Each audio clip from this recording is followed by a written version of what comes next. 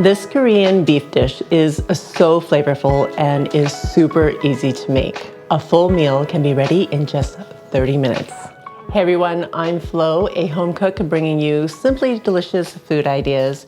We're making a Korean beef bulgogi today, and I am using 2 pounds of flank steak. Now, when I go to the butcher and ask for flank, they often want to sell the whole piece. So I'm not going to get like a pound of flank. So what I'm gonna do today is I'm gonna cut it all up, I'm gonna marinate it all, and we're going to freeze half of it and cook half of it. So now we've got 2 meals in one. I'm gonna cut it into smaller portions so that it's easier to slice. I did put this in the freezer for a little bit, but by the time we set up to film, it's not as frozen as it could be. And that just makes it easier to slice through. Well, that's okay. If you have a sharp knife, you're good to go. The thinner you can get your meat cut, the more flavorful it will be because it'll take less time to marinate and it'll just soak right in. The thing I like most about using flank steak is that there is no misunderstanding what across the grain means. You can see the grain through the meat, and cutting across the grain means, well, cutting across it. But if you don't want to use flank steak, you can use other steaks as well. Ribeye is quite common in this dish. Look at all that meat, guys. Next, we're moving on to the marinade. I'm gonna throw everything into the blender, which is going to make this really quick. So I have about, well, half an ounce of ginger. It gives you about a tablespoon of ginger. Just gonna throw that into the blender. Along with 4 cloves of garlic, just going to take the skin off of them. That's how I'm doing it these days, guys. Just pull out the mallet. You can use as little or as much garlic as you like. I'm using about 4 to 5 cloves here. This one's kind of big. And that's all going into the blender as well. Next, we're moving on to the onion. I'm only using half. The other half I'm going to slice up to cook. Just cutting into smaller pieces to throw in the blender. And I have an Asian pear. If you don't have an Asian pear, you can just add a little bit more sugar, or you can use an apple or a regular pear. We're going to use half of it. And I'm gonna core it. You can peel it if you want. If you don't want to, that's okay too. I'm just gonna leave the skin on. The Asian pear will actually help to tenderize the meat a little bit.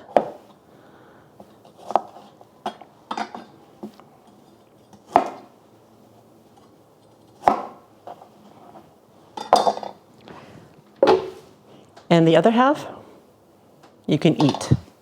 We're also adding 2 tablespoons of brown sugar, using 2 tablespoons of mirin. If you don't have mirin, I find that sake is a good substitute, or you can just omit it altogether. 1/4 cup of soy sauce.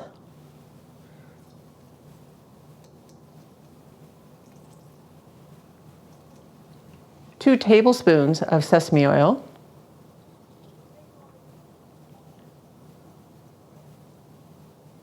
And about a 1/4 teaspoon of black pepper.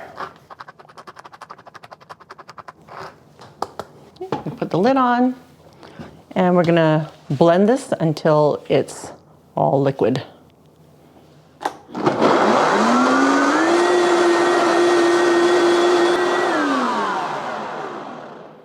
I have a Vitamix, so it only takes like 30 seconds.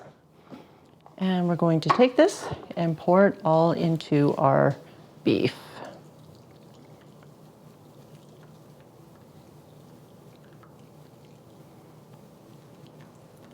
Okay, I'm just going to mush this around, make sure everything is well mixed.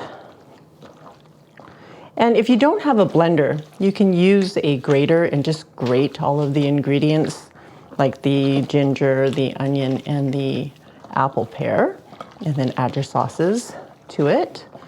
And that will be just as good, just as yummy. Oh, it smells so amazing, you guys. Of course, you can buy bulgogi marinade, but it's very easy to make at home. So by using your hands to massage the meat, you can see how it actually soaks up all of the marinade. And we're going to let this sit for about half an hour.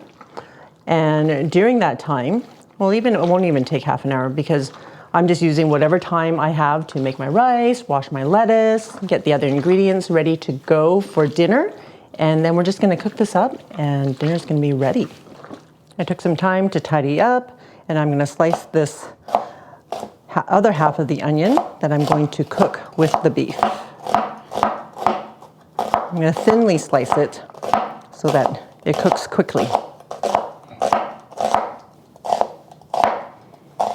I'm also going to slice up some green onion for garnish. And if you don't like green onion, you don't have to do this part.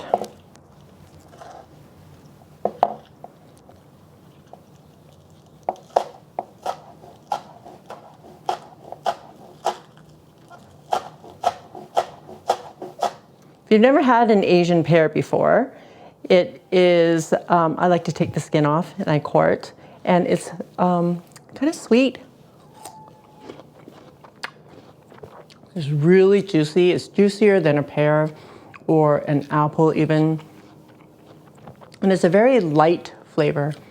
So Dude doesn't really like them so much because there's a high water content, so I guess maybe that's why it's not super flavorful, but anyways, it's sweet. It's yummy. I like them. We're going to eat the beef with some lettuce and rice. So I washed up some green leaf lettuce. You can use whatever lettuce you want to use. And I've dried it and we're just going to set that aside. And my rice is almost done, so I'm going to get the beef cooking. I'm using my cast iron pan today, turning it on to medium high. You can also use a wok here, totally up to you. I've also seen bulgogi done on the barbecue grill. So if you have one of those, like, I don't know what to call them, clamps, where you can put the meat in so that the meat doesn't fall out. You can just spread the whole thing into that clamp, put it on your barbecue, and it will be so good. I am using avocado oil today because I can cook at a high heat with avocado oil. You can use vegetable oil, canola, peanut oil. I probably wouldn't recommend olive oil because that will burn quite easily. So as soon as your pan is hot, I'm gonna add about a tablespoon, 2 tablespoons of oil.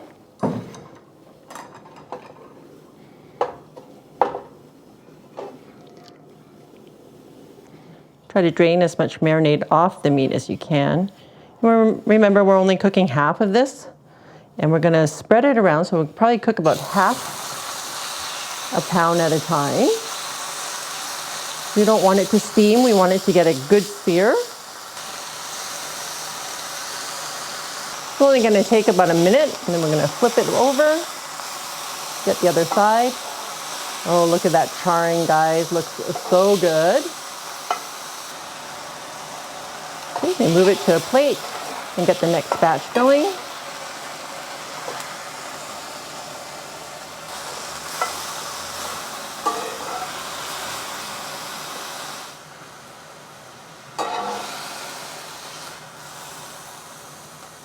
All right, so that's about 3 batches of meat in the frying pan, and I'm gonna get my onions sauteed here.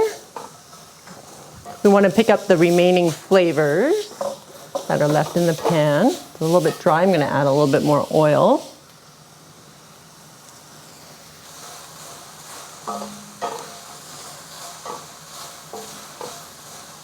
All right, I'm just going to move the onions on top of the beef. Now, in a Korean restaurant, what happens is they serve it on a sizzling pan. So I think they just put the onions on the bottom of the pan and then they just put the beef on top. And I'm just doing everything backwards here. Also going to garnish with some roasted sesame seeds and our green onion. Are you all ready for the taste?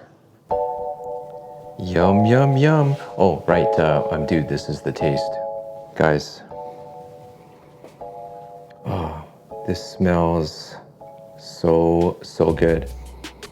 So the thing I love about Korean food is that you're bringing together different flavors and textures, and you bring them all together and you get this like mouth explosion of flavor. So you can have the bulgogi just with the rice, just straight up, or you can bring it together with the lettuce as a kind of like a wrap, of course, and then the kimchi, because you want that heat and the acidity to go contrasting with the richness of the beef. So in magic of YouTube is that Flo has prepared for me a little packet, a little combination of the lettuce wrap and rice, beef, and kimchi. This is gonna be a challenge to get in there without making a mess, but here it goes.